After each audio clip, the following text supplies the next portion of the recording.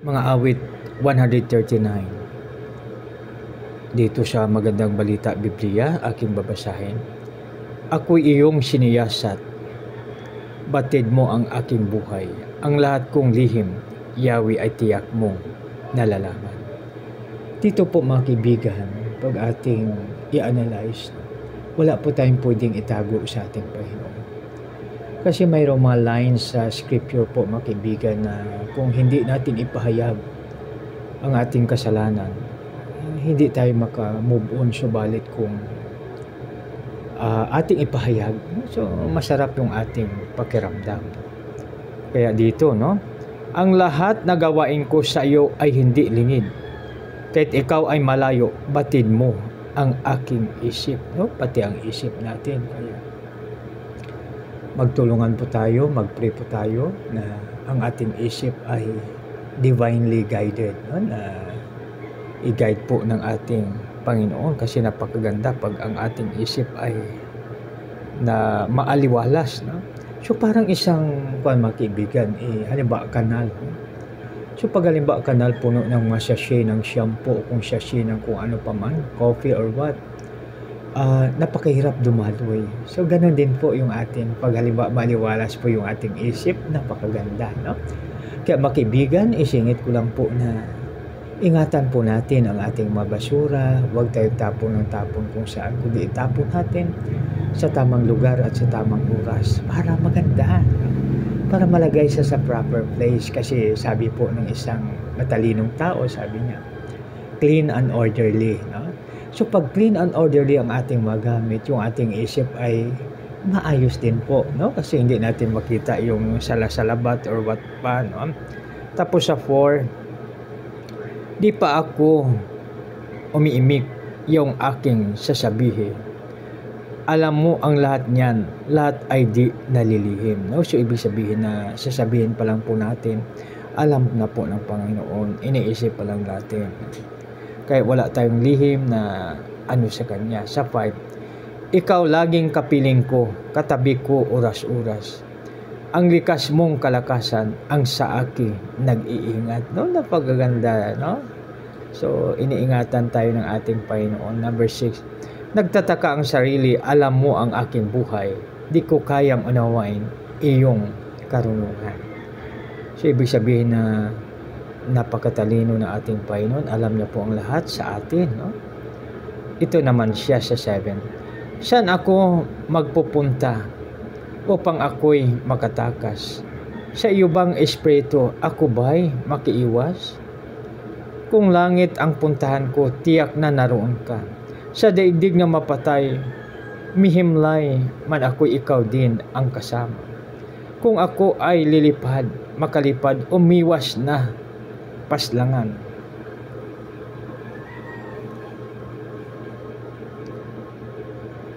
O kaya ang tirahan ko'y ang duluhan ng kanluran.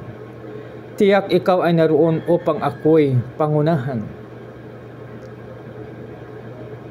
Matatagpo kita roon upang ako ay tulungan.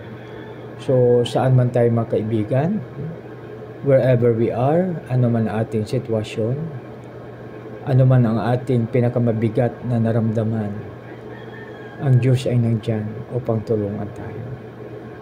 Kaya no need to worry, no? Kaya wag nating hayaang matakot tayo, magulimihanan, ma-stress, no? Dahil sabi ng isang komodor, no? So, sabi niya, ang kasalanan po ay pag natatakot daw tayo, nag-alinlangan, ito daw po ay kasalanan.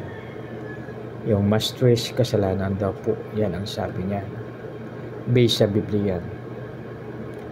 Kung ang aking pagtaguan ay ang dilim na pusikit, padiliming parang gabi, ang liwanag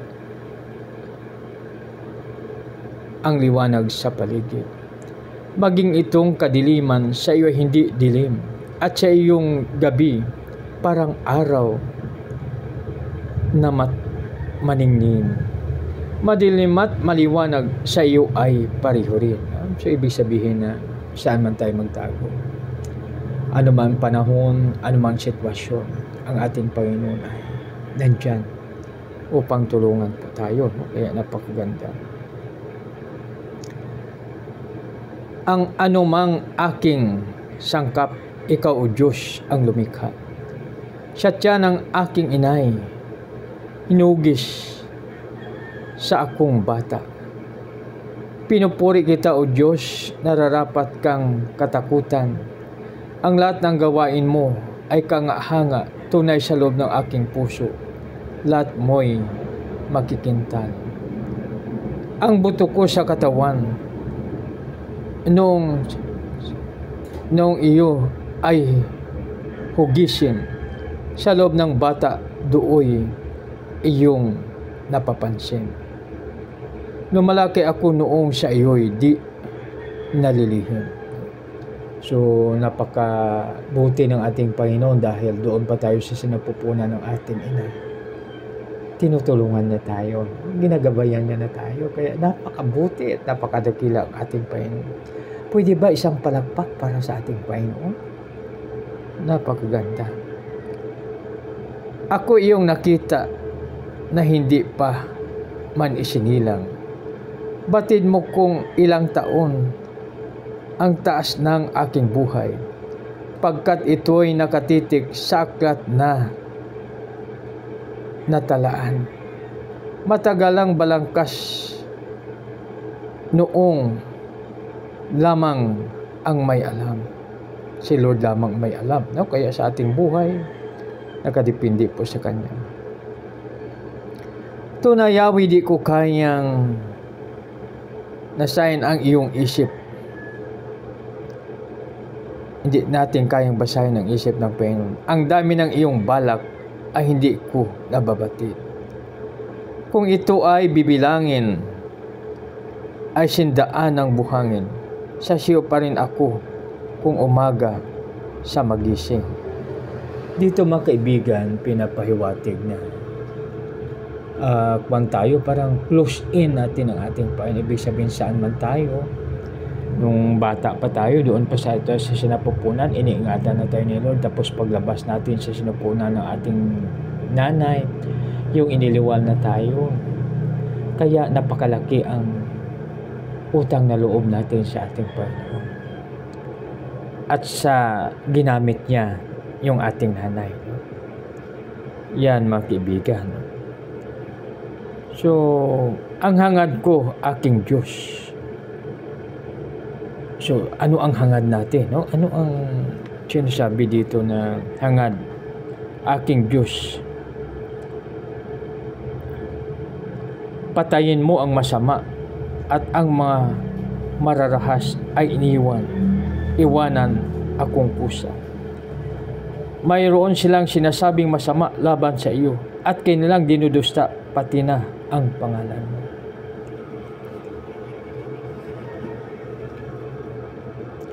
Lubos akong nasusuklam sa sinumang munghi sa iyo. Ang lahat na mag-alsa laban sa iyo ay di ko gusto.